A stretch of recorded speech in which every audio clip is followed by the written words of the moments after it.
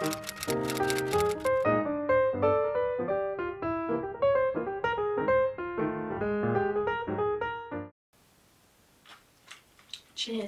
Hi guys, welcome back to my channel. Today I'm going to be filming a book recommendation tag. I think I got these questions from Sarah Caroli's videos. You've probably all seen it, but I just got these questions from there, but I'm not sure who the first person was to do it, but that's where I got these questions. So the first question is a book you tell people is your favourite. Now I kind of interpret this to mean kind of a book where you don't know what sort of genre the person likes. Kind of like if I was talking to someone that didn't really know anything about books or knew a lot about books, this is what I'd say. Like if I was just talking to my friend or someone that I knew liked romantasy or whatever, then I'd probably say a different book. But this is one of my favourite all-time books. Like this is a 6-star book. But yeah, it's definitely like probably one of the more, I'd say it would probably be a little bit more respected by a wider range of people compared to some of my other 6-star books. So that is The Night Circus by Erin Morgenstern. This book is a fantasy and it has a little smidge of romance in, but mostly it is just based in the olden days with, I don't know like when, so I'm just going to say the olden days, but there is this travelling circus that travels all around, I don't know like if it travels around the country or the continent, but it travels all around wherever. Pops up in all these different places and it's really hard to get a ticket, and it's just like this exciting thing that randomly pops up in places and people just think obviously it's a circus, like it seems magical but it's not actually magical. In reality there is a little bit of fantasy in this book and there is a little bit of magic going on. It's not like fully fantasy, like it's just like in this circus there is a bit of magic and it's not got like much explanation around it. It's got a little bit but not much, and this book follows multiple point of views, but the main point of views we kind of have is I think her name is Celia. Keep going to call her Selena from A Friend of Glass. But Celia and Marco are the two kind of main characters of this book. When they are younger they are selected by these two men who have made this kind of like deal with each other that they're going to find two young people, train them up so that one day when they're older they will duel each other to the death. Kind of about that storyline and about them as characters, as well as just a little bit about this circus. It is definitely like quite character driven, and not only character driven but driven by this circus. There's not like much like structure, I feel like, but I just really enjoyed this book. A book that is my guilty pleasure. I didn't actually know like what to say to this one, because although I have just said that like The Night Circus is what I'd say like if I didn't really know if the person liked romantasy or whatever. I'm never like really that ashamed of books I like. If I like a book, I like it and I don't really care what anyone else thinks. But I'd say maybe a guilty pleasure, maybe one that I wouldn't admit to everyone, is one that I absolutely love, would be Shatter Me, which I have over here. Shatter Me by Tahira Mafi. I wouldn't say, like, again, I didn't really know what to say for this question. I wouldn't say this is guilty pleasure, like I don't really care. I think like the premise of it is kind of simple and it is very, very romance heavy, which I feel like sometimes people will like look down upon, which is just stupid. I feel like if I had to choose any book to be a guilty pleasure, it would just be this one, just because it's quite young adult and it's not like the most like lyrically written, amazingly written masterpiece, but it's just fun, entertaining, and I loved it. But I don't want to offend anyone by saying this is a guilty pleasure, because that doesn't mean that I think you should feel guilty about it. I don't think you should feel guilty about any of your book taste. Next we have a book that everyone loved but you didn't. So the first one I don't have a physical copy of, but that would be Magnolia Parks, which don't hate me, Magnolia Parks by Jessa Hastings.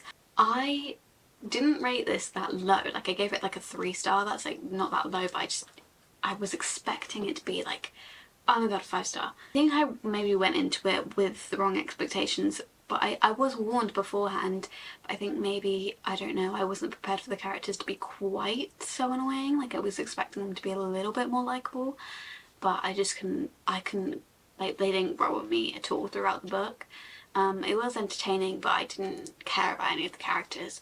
I recently have been trying to get back into it because I read that about a year ago.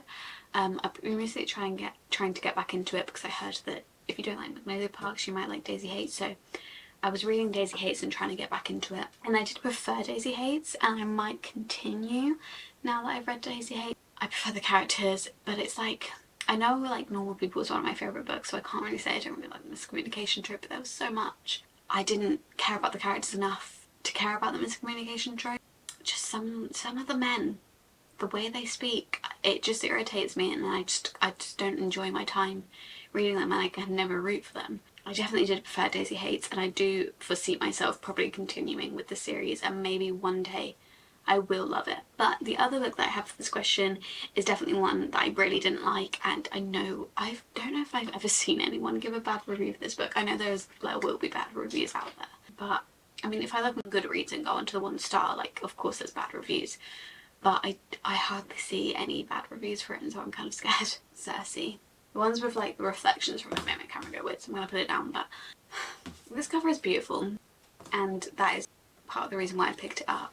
But I just kept seeing people being like, oh, this book is so good, and it's like so feminist and stuff, and I think that was what made me not like it, is because I went into it with this expectation that it was going to be like this strong woman feminist story, and it wasn't really. I don't think that's the right like advertisement for it. Like, I wouldn't say that. It's Greek mythology, but I don't know if it's like accurate. I think it's like fictional Greek mythology. I don't really know, but it, you know, has the same gods and stuff. I don't know too much about Greek mythology. I don't think you need to read these books, but I was expecting, because it literally says on the back, kick-ass portraits of a woman trying to defy the men and fates arrayed against her is enchanting. So I thought like, oh yeah, I'm ready for a feminist book, and it just wasn't really. It took me a month to read this book. Like, I had to read other books in between because I couldn't do it anymore. Like, it took me a month to read this book, and I've never taken that. It's not even thick. Like, I think, yeah, she did a good job at like defying the men. She didn't really do anything after that. She defied them, and then she didn't really do anything after that, and I don't want to get attacked for it because I know people love this book, but I just went into it really expecting like this strong feminist story because that's what it says on the back, and I just don't think it was, in my opinion. A book I read the fastest, so I have again 2 for this. The first one being A Court of Frost and Starlight. Obviously this is a little novella, so obviously I'm going to read this quite quick. 234 pages, so it's quite short, but yeah, I did absolutely zoom through this book. I think this one was 1 day or 2 days. I work a 9 to 5, so it's quite hard for me to find the time to read, and to read a book that quickly is pretty good for me. 4th book in the ACOTAR series, and it's just a little novella between War and A Court of Silver Flames, because War kind of ends off on a good note for Feyre's story, I think, and then A Court of Silver Flames starts up with a different character's point of view, so it's just kind of like a little novella to end off Feyre's point of view, and yeah, I just really like it, and I read it very quickly. And then the next one is The Story Life of AJ Vickery by Gabrielle Zevin, which is a little bit longer, but I do think the writing's quite huge. This book just follows, it's one of those books like Tomorrow, that kind of follows a span of maybe like 20 years, and it's just about different parts of their life throughout those 20 years and seeing the characters grow and develop. Basically a baby gets left in AJ Vickery's bookshop. He owns a bookshop, and a baby gets left there, and he basically brings up this baby, and it is just over the span of like 20 years kind of what happens in his life and how that changes his life. A book that deserves more hype. Now, I don't read many books that don't have a lot of hype. I feel like I get a lot of my book recommendations from BookTok and BookTube, so the ones that I'm going to show you, they do have hype. Like, I'm not saying that they have no hype, and I do see them relatively often, but I just feel like they're not as mainstream. Is one being The Night Circus. I feel like people did talk about that back in the day, but no one really talks about it anymore. So I would say The Night Circus, and the other one being Beth O'Leary's books. Now, The Wake Up Call wasn't my favourite one. It's the only one I have physically though. She has The Flat Share, which is her most popular book, and it has a film, which I've yet to watch, but The Flat Share was the first book I read when I kind of got properly back into reading. I've always been a bit of a reader since I was younger, but when I started reading like every day when I was about 16, 17. This was the first book that kind of got me into that. Well, not this one, The Flat Share, I mean, was the first book that kind of got me back into that, and so I really love that book. Next we have a book that is becoming a movie or TV show, and we all know what I'm going to say for this one, Beach Read. beach read. Henry the other day, she posted on her story this on her story, and I don't know if that means like they've finished writing it or they've started production of it. I don't know what that meant, but we're definitely getting a beach read film, because a lot of the time, you know, directors and movie for books gets announced but then they drop it and they never go through with it. But I think now, like, this is actually going through and I'm so excited. I think that this is going to be the most amazing rom-com film. I am a little bit worried because this is my favourite book of all time, and if they do ruin it, I will cry. And I need them to keep all of the iconic quotes in. If they do not keep all of the iconic quotes in, I don't know what I would do. I hope they keep also the sad element of this book and the element that isn't romance. This book isn't just a rom-com. It definitely has another subplot, which is a big subplot, and I hope that they keep that in, recognise the importance of that factor in this book, and because that factor makes this book what it is. The next question is a book you have reread the most, and that is, once again, beach read. I've reread this book 4 times now. I don't think I need to talk about this anymore because I talk about it in every single video. Next, we've got a book from a genre you don't typically read. Now, this is kind of not true because I've read a lot of this author's books, but apart from this author's books, I don't really read this genre that much, and that is Taylor Jenkins Reid's books. Her celebrity series is basically just like books that are about like famous people who aren't actually real but they feel real. But it's kind of like a literary fiction. And literary fiction isn't really a genre that I tend to pick up all that much because I love a bit of romance, and if it doesn't have romance, I'm like, do I really care? So literary fiction isn't a genre that I pick up that much, but with these books, I will always pick it up. And these books do have like a little bit of a plot of romance. Sometimes that romance is a bit unorthodox. It's not like your average like romance where they're together in the end and stuff, but there is romance in these books. It's just quite a small plot because the main plot is the character and their job, how they came to fame, or the trials and tribulations of fame that they're experiencing. I don't often read literary fiction, but I do read all of Taylor Jenkins Reid's. I think either this one or Daisy Jones and the Six, but I think I gave Daisy Jones and the Six 5 stars and I gave this one 4.5, so I'd say it's Daisy Jones and the Six, but I don't have that one physically. I'm just going to talk about this one. So Carrie Soto is Back is one of my favourites just because it's a strong, powerful woman and I love that. Carrie Soto is a former tennis player. She's retired. She was like the greatest tennis player ever and she held this record, and then this other player, younger player, comes and beats her record, and so Carrie Soto decides that she's going to come back out of retirement and she's going to take back that record for herself, and it's kind of following her training up again. Obviously people being like, why is she doing this, like let other people have their time, people hating on her and people not believing in her, and she's training, and then it shows all these competitions and her wins and her losses, and it's just a great book and I really enjoy it. This one, and I enjoy all of Taylor Jenkins Reid's celebrity series, and the other one of which I don't normally read is Dark Academia, but I've read If We Were Villains. This is the cover. It's the 5th anniversary illustrated edition, and it's got the school logo on it. Inside it's got these end pages. I don't know how many pictures it has in it, but every now and then they'll pop up. So pretty, and there's just loads of different illustrations. These pictures were so beautiful and the book was so beautiful, and I think that definitely like put it up in my ratings a little bit, but I did actually really enjoy it. It's definitely a different genre for me. You know, it's not a genre that I would read back to back. I'd probably read like one a year, but I did really enjoy it, and it's basically about these students who are at this like Shakespearean drama school, and one of their friends dies in this group and they all kind of like turn against each other, and it's a bit of like a murder mystery. I know the Shakespeare in this book kind of what puts people off this book. Personally, I don't know much about Shakespeare. I mean, I did him in high school. I did Macbeth and Romeo and Juliet, so I knew when there was quotes from Macbeth and Romeo and Juliet, I knew what was going on.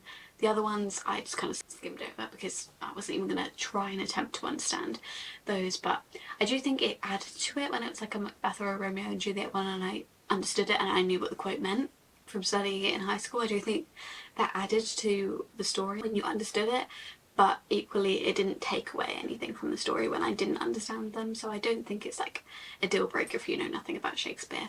Hi guys, you may notice it is now a completely different day, and that's because my memory card was full and then I didn't have time to film the rest of the video anyway, so hopefully we can finish this video this time. We're now on a book that deserves all the hype that it gets. For this one I have an author and a book. So the book, I think we all can guess, is Fourth Wing. Obviously I can't ever hold this book up. I think we all know by now my love for Fourth Wing, and we also all know that it is one of the most hyped up books of BookTok. Personally, I think that that is rightfully so. I think it may not be like the most lyrical writing and amazing masterpiece, but it is fun, entertaining. The writing isn't bad, I'm not saying it's bad. Obviously for how hyped up it is, it's not only hyped up for the writing, obviously, like there is better writing out there, but the storyline, the plot, the characters, all of it just works. Anything you have to say about it is probably valid. I'm not saying it's the most perfect book in the world, but to me it is. I think that it deserves all the hype it gets. I think that a lot of thought went into this book. I know some people won't agree with that, and that is fine. This long of a book to keep my attention, and especially the second one is even longer. For books of that length to keep my attention, they must be good. I'm sure everyone knows what this book is about, but it is about a war college where there is 4 quadrants, and Violet, our main character, is supposed to go into the scribe quadrant, but her father dies, who was a scribe, and her mother was a rider, so her mother then makes her go into the rider's quadrant, and she's not really very physically capable, and so it's just her trying to basically use her wits to get through all these different trials to make it through first year of this dragon school. She's not actually physically able to win with her strength. Next, the author I would say that deserves all the hype that she gets is obviously Emily Henry. I just have 2 of her books here. They're not just a rom-com, they are so much more than that. They have so much depth to them, character development, like the characters are so fleshed out and thought out, and the plot line is just flows so seamlessly along with the romance. I just think all her books are so amazing. My favourite one is Beach Read, which we all know. I'm not even going to describe this book.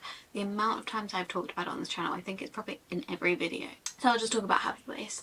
Happy Place is her most recent release, and it's basically about this group of friends.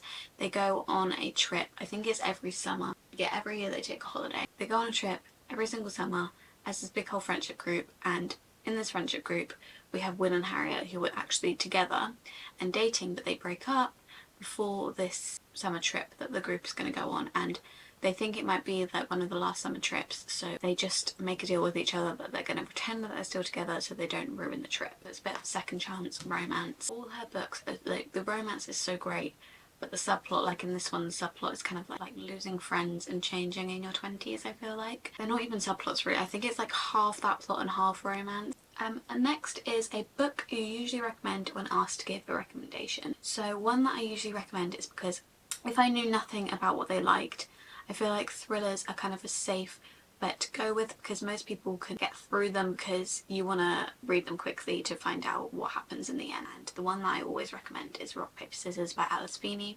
I don't have this book physically because I read it on my Kindle, but it basically follows this couple who are going through a bit of a bad time in their marriage, and so they go to the Scottish Highlands on a bit of a getaway. While they're there, some like creepy weird things start happening, and in the book you get, I don't know if it's every other chapter, but it's every now and then you get a flashback to one of the anniversaries in their marriage, which isn't really a flashback, it's like the wife writes a letter to her husband every year of their marriage, and you're kind of getting to read all those letters. At the start they were happy, and you're trying to find out where they got to, where they are now, and like why all these creepy things are happening to them this holiday. And the twist I think is good. I do think I did guess it, but not very, like, I did guess it like a bit before it was revealed, but only a tiny bit, and I didn't guess like the full twist. I would really recommend that book, and I think if you are just getting into reading, or if someone just asked me for a book recommendation and I have no clue about what type of books they would read, that would be the one I would say. Next is a book that has your favourite characters. I think this one's kind of obvious, like I feel like everyone's answer to this is going to be pretty similar. ACTA by Sarah J Maas. Obviously you get a lot of the characters in ACTA because it's his long series. Like the last book's about 700 and something pages. It's a very long book series, so you get to know the characters a lot, and so obviously they're going to be some of your favourite characters. The main characters are great. They are really fleshed out. There's a lot of character development. Like, the character that you get at the start is not the character you get at the end with either of them. The side characters are really fleshed out as well. They're not just there for like comedic effect or whatever. They all very obviously have their own thoughts and their own plot line that's going on with themselves, even if we're not reading it from their point of view. I'm not going to say too much in case you haven't read it. I'm currently on Throne of Glass. I'm only on Heir of Fire, so I'll let you know if they overtake ACTA, but I don't know if they will. And the next question is a book you wish you could live in, and that is once again ACTA. Again, I don't want to say too much, I don't want to spoil it, but the place that you are in from the second book onwards, I think if you've read it, we all know what place I'm talking about. We all wish we lived there with them. I found myself many times throughout these books thinking I wish I could just like insert myself into these pages. If you don't know what ACTA is about, it's a fantasy which follows Feyre, who is a human, and she goes out hunting for her family to get some food because they are quite poor and they can't afford any food, and she's so desperate for food that she shoots this wolf, and this wolf ends up dying, and it is actually a Fae, which are the magical people in this series, and they can shapeshift. Tamlin, one of the High Fae from the Feylands, because it's separated between the human lands and the Feylands, he comes and takes her away to the Feylands, and as punishment, all I'm going to say, because like anything else is a spoiler. You just gotta read it, you just gotta trust me on it. I can't say too much, and like that might not sound very interesting to you, but you've got to trust me on it. I just can't say too much because I will literally give the whole book away. Next we've got a book you thought you would hate but ended up loving. I've got a few for this month as well. So I've got first of all Caraval by Stephanie Garber. I just saw a lot of discourse about this being like where you read it to get to the Once Upon a Broken Heart series, and I didn't really see anyone rating this above a 3-star. I do now, I've seen some people now, I've read it and I can read more reviews without spoiling it for myself. I do now see more people giving it a higher rating, but at the time I didn't see very many people giving it high rating.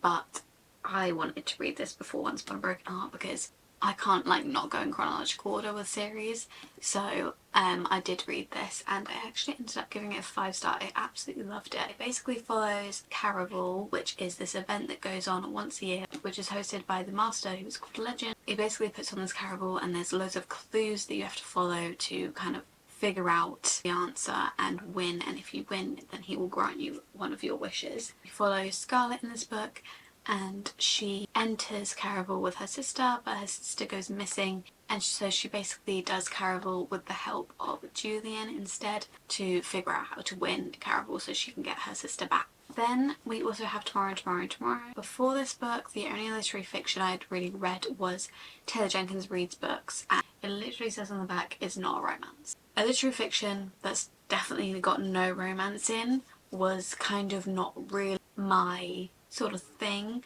and I was quite worried going into it about how I would feel, but in the end you just get so connected to the characters that you become invested in their friendship. Even if there's not a romance, you become so invested in their relationship as a friendship and as business partner that it doesn't even, you don't really even notice that they're not together romantically and that it's not a romance. So this book follows Sam and Sadie, who are really into computer games, and it follows them throughout their life, and at some point in their life they decide to come together and make a gaming company together, and they make a game together and they kind of rise through the ranks and they get bigger and bigger, and it's basically just them learning how to run a business together, all the things that come with that and the trials to their friendship. It's basically just a book about their life, follows through their life, all the trials and tribulations of it, and you become so connected to the characters that really does tug at your heartstrings, even if it's not a romance. Next we have a book that made you cry. Now honestly, I do get tears in my eyes at books sometimes, but I don't have physical tears on my cheeks very often. There are only 2 books I think, well 3, Beach Read, but I decided not to talk about Beach Read again because you know what, I could cry every single line in that book. I won't talk about her again, but the only other 2 books that have actually made me have tears on my cheek are both by Holly Jackson. So the first book I have is As Good as Dead by Holly Jackson. This one is the 3rd and last book in the Good Girls Guide to Murder series. This one I can't say much about, obviously it's the 3rd book. But the first one follows Pip, who you're not from England or the UK, I don't know if they do them in other countries in the UK, but it's a little project you can do while you're doing your A-levels, which is when you're 16 to 18. So people do that, and it's basically just a project where you have to investigate something and usually just make a PowerPoint on it. But Pip decides that she's going to do her project on this murder that happened in the village, where this girl called Andy Bell died, and it was presumed that she was killed by her boyfriend, who was sousing, and he didn't ever have a chance to say anything about it because they presumed that he did it because he was found dead as well. So they presumed that he killed her and then killed himself from the guilt. But Pip decides that she's going to look into this case and for her EPQ, and she kind of discovers that she doesn't actually think that Sousing did this. And she pairs up with Sousing's brother, and they kind of investigate murder and try and prove Sousing's innocence. So this is a third one in the series, and I can't say much about it, but if you know, the last page, in tears. And then the next one I have is also by Holly Jackson. She just knows how to do it, and I don't know why I cried at this book. I didn't expect to. This is 5 to 5 by Holly Jackson, which is just a standalone that she came out with after A Good Girl's Guide to Murder, and it basically follows this group of friends who are in an RV. They're going on this kind of trip together. The RV, I think it breaks down. Yeah, it breaks down in the middle of nowhere, and there's a sniper, and they're trying to figure out why this person's trying to kill them, trying to stop each other from getting killed. But obviously there's 6 of them, and the book is called 5 Survive. You know that someone's going to die in the book, and you're trying to figure out A, who's going to die, and B, who's involved in this whole thing. And it basically follows from the night until the dawn, where they have to give the sniper some information that the sniper wants from the group. So, you know, you wouldn't think that that would make me cry, but there again, in the last couple pages, if you've read this book, you might know what I'm talking about. You might have read this book and be like, why the hell did you cry at that? I don't really know, but like, this is the most a book has ever made me cry in my life. I don't know why either. I don't know why. A book you wish you could read for the first time again. And for this, I'm going to mention her quickly again. Beach Read by Emily Henry. Obviously, I've read this 4 times now, but if I could get that feeling back of reading it for the first time, I would. Next we have Fourth Wing, which I've already talked about in this video, so I'll quickly mention her, but we all know the feeling that this book gives you is just unmatched. The romance in this, I want to experience that for the first time again. The trials in this, I just think it's so fun seeing her go through all these trials and like not knowing what's going to happen, and her trying to like figure out how to win. And then also A Good Girl's Guide to Murder. How is my camera running out of battery? It was literally on full charge. Let's try finish this off then. And obviously A Good Girl's Guide to Murder, which I've already described in this book. I would love to reread this whole series again because I loved it. Anyway, my camera's running out of battery even though it was on full charge 20 minutes ago. But I will end this video here. Thank you so much for watching. Please subscribe if you enjoyed the video. I will have my social medias in the description, but they are at _libraryofeden on both TikTok and Instagram. Please like this video, comment down below some of your answers to this book tag, and I will see you in my next video very soon.